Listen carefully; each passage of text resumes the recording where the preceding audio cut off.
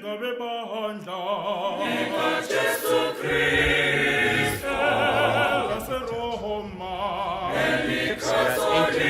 Africa. Bishops Conference website. The universality of the church and one of the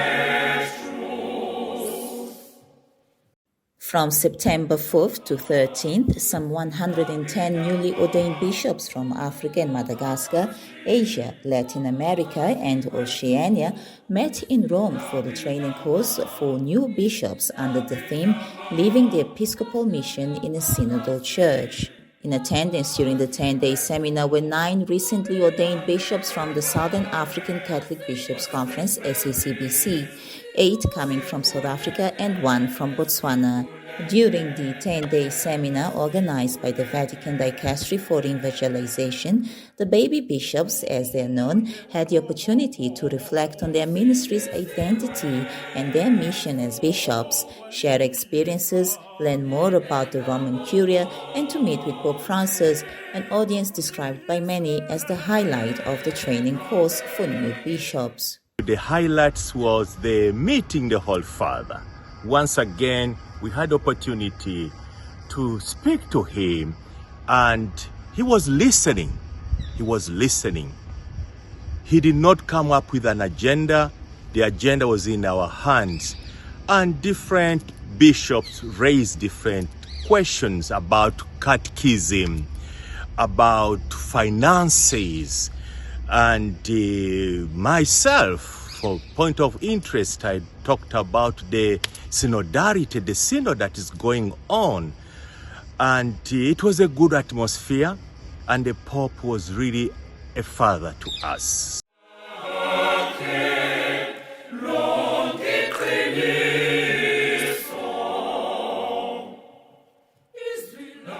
It was an opportunity to meet other bishops from other countries who do not fall under our dicastery, but the one for bishops, to have a prayer together and as well to have supper together.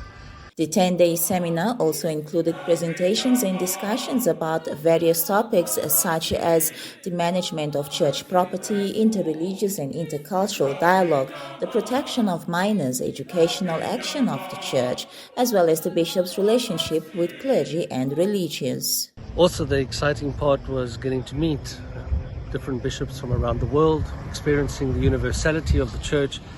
And one of the first questions that I was asking yesterday morning at breakfast was, how long have you been ordained for? How long have you been a bishop for? And it's varied from 6 months to 4 years, 5 years.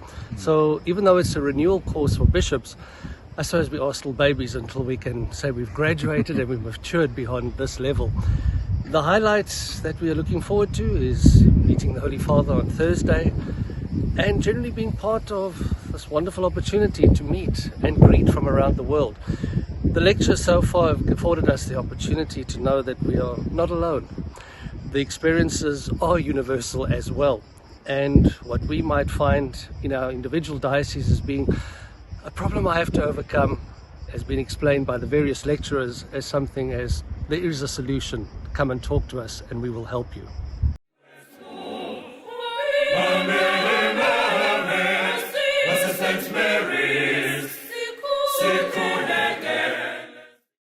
It's exciting to be here because we get to meet the other bishops from around Africa and Asia.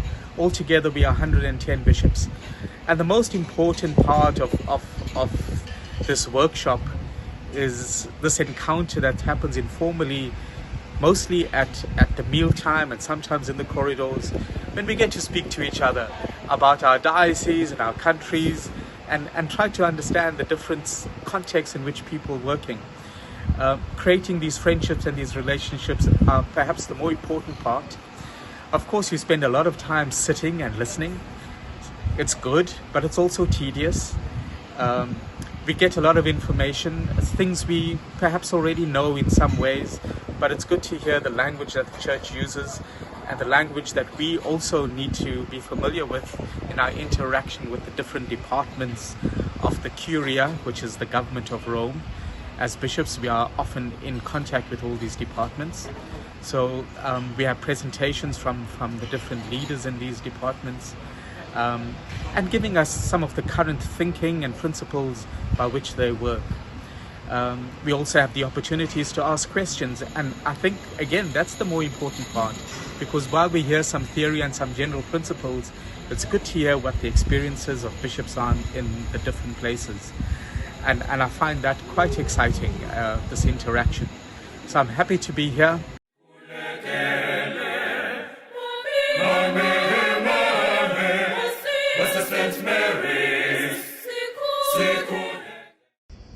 As bishops, we cannot lead on our own.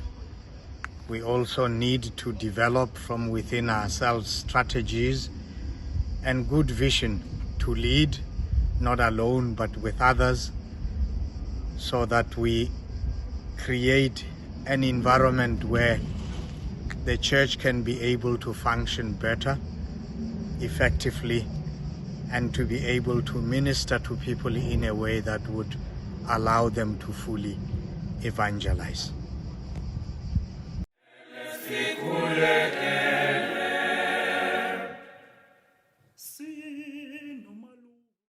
110 of us coming from Africa and Madagascar, coming from Asia, coming from Latin America, coming from Oceania. We are here to reflect on our ministry, identity and mission as bishops. And we have various individuals who are leading us in these discussions by giving input or lectures. These range from the prefects, who most of them are of course cardinals, to the secretaries of the different dicasteries and other experts on various topics that we are covering during this time. It is also an opportunity to meet other bishops from different parts of the world, to share also our own experiences in our ministry. And of course the underlying theme throughout this course is synodality, how to exercise one's ministry within a synodal church. There are a number of highlights that one could mention, and the other bishops have already mentioned, and obviously one of them was last Thursday, our encounter, our meeting with the Holy Father, Pope Francis. And he sends his greetings to each and every one of you and appreciates your prayers that keep on accompanying him in his ministry.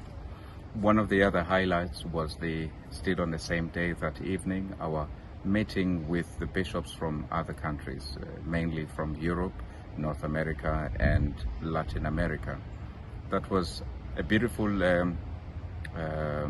occasion to exchange numbers, make new friends, but also to share our own experiences, because we are a Catholic church, a global church, coming from different continents and countries.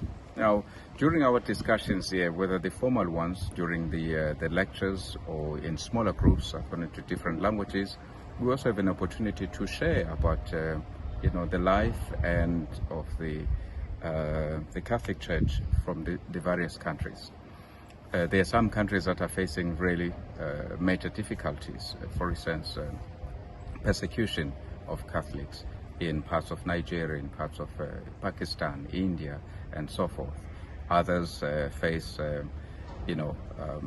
other challenges, perhaps with regards to personnel or finances and so forth.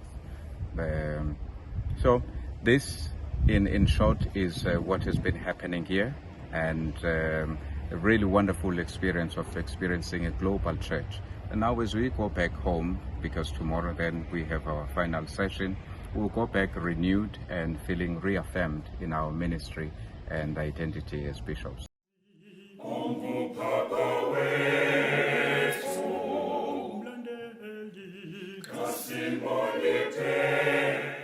One of the problems that we were discussing today was about the seriousness of the abuses that is taking place in the Catholic Church. And we were very happy that we got some instructions and some training on how to deal with these cases. and these cases have to be dealt properly, and we have to have the proper people who are dealing with these cases. So we felt really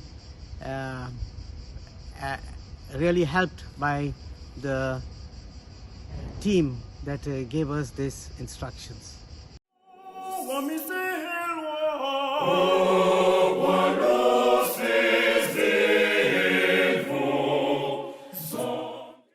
I'm an old bishop. I'm 4 years old now. I was ordained with one foot in the pension queue, and I've been trained by the best in the business. I mean, that's true because the church made him a cardinal now. But he himself feels it's good to network and get to know others, and that aim is being achieved. I'm listening to various voices from different parts of the world. Many opinions coincide with my own, so there's very useful dialogue. Occasionally there's some differences. So far we've dealt with things outside of ourselves. On Sunday we will have a retreat where we look at things inside of ourselves. I think apart from the pastoral projects that we deal with, there's also the well-being of the bishop and the clergy. These are men on the front line, and often the work is difficult, unrewarding, and sometimes it's thankless. But all the same, we believe in what we do. We thank God for the vocation He's given us, and we move forward.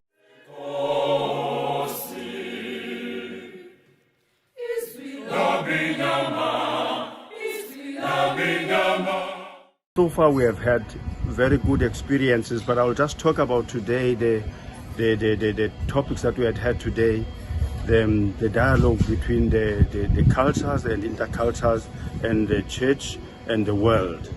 Mainly what we got today was how then our nunciatures work in our countries, trying to bridge the gaps between the countries, the politics, and even our own dioceses. It has been a very beautiful experience for us, so we got to know exactly that the church in the world has a dialogue with us, starting with the church itself and then and then the governments. And secondly, they also we got to know the experiences between the Catholic Church, the other religions, Muslims and Hindi and everyone else.